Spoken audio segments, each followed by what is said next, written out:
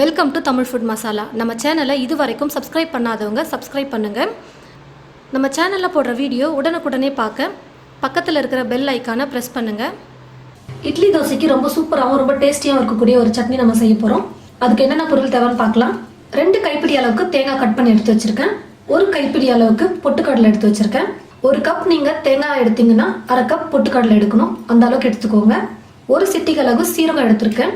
3 பல் பூண்டு, புதினா ஒரு 6-7 இலை எடுத்திருக்கேன். பச்சை மிளகாய் 6 எடுத்திருக்கேன். ரொம்ப சின்னதாக இருக்கிறதுனால நான் 6 எடுத்திருக்கேன். பாருங்கள், ரொம்ப சின்னதாக இருக்குது. இதே பெருசாக இருந்தால் 3 எடுத்துக்கோங்க போதும். புளி ஒரு பட்டாணி சைஸ்க்கு நான் எடுத்து வச்சுருக்கேன். 1 கைப்பிடி அளவுக்கு கொத்தமல்லி எடுத்திருக்கேன்.